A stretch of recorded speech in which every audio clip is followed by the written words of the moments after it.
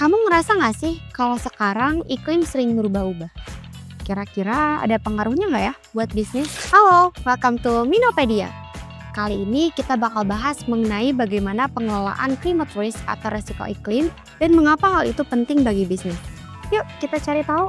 Menurut G20 Climate Risk, jika Indonesia tidak bisa segera beralih ke gaya hidup rendah karbon, gelombang panas bisa berlangsung hampir 8.000% lebih lama di tahun 2050. Bayangin aja, hal itu bisa menyebabkan gangguan bagi tenaga kerja Indonesia dan sektor pertanian menjadi kolaps. Belum lagi, suhu laut yang naik bikin populasi ikan menurun dan potensi kerugiannya bisa tembus 66 triliun rupiah. Itulah mengapa climate risk penting untuk dikelola. Sebab dapat mengganggu keberlanjutan bisnis dalam berbagai cara, seperti kerugian finansial bagi perusahaan, hilangnya reputasi dan kepercayaan investor, hingga kurangnya kepatuhan terhadap regulasi dari pemerintah. Nah, dengan besarnya resiko yang dihasilkan oleh climate risk, menurutmu gimana cara perusahaan bisa mengelola climate risk?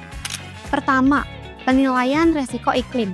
Perusahaan dapat melakukan identifikasi dan evaluasi dampak perubahan iklim yang mungkin terjadi pada operasi perusahaan. Penilaian ini harus mencakup analisis terhadap resiko fisik dan resiko transisi yang mungkin mempengaruhi bisnis di masa depan.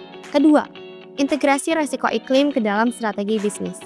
Setelah penilaian resiko dilakukan, perusahaan harus mengintegrasikan temuan tersebut ke dalam strategi bisnis dan perencanaan jangka panjang. Lalu, penerapan kebijakan dan regulasi lingkungan yang ketat.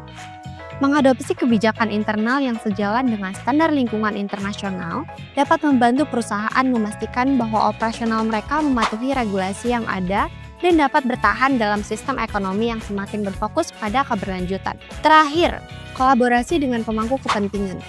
Kolaborasi dengan pemangku kepentingan seperti pemerintah, lembaga keuangan, dan organisasi non-pemerintah sangat penting dalam menciptakan solusi bersama untuk menghadapi tantangan perubahan iklim. Kini, climate risk menjadi salah satu tantangan terbesar yang dihadapi oleh umat manusia dan bisnis di seluruh dunia.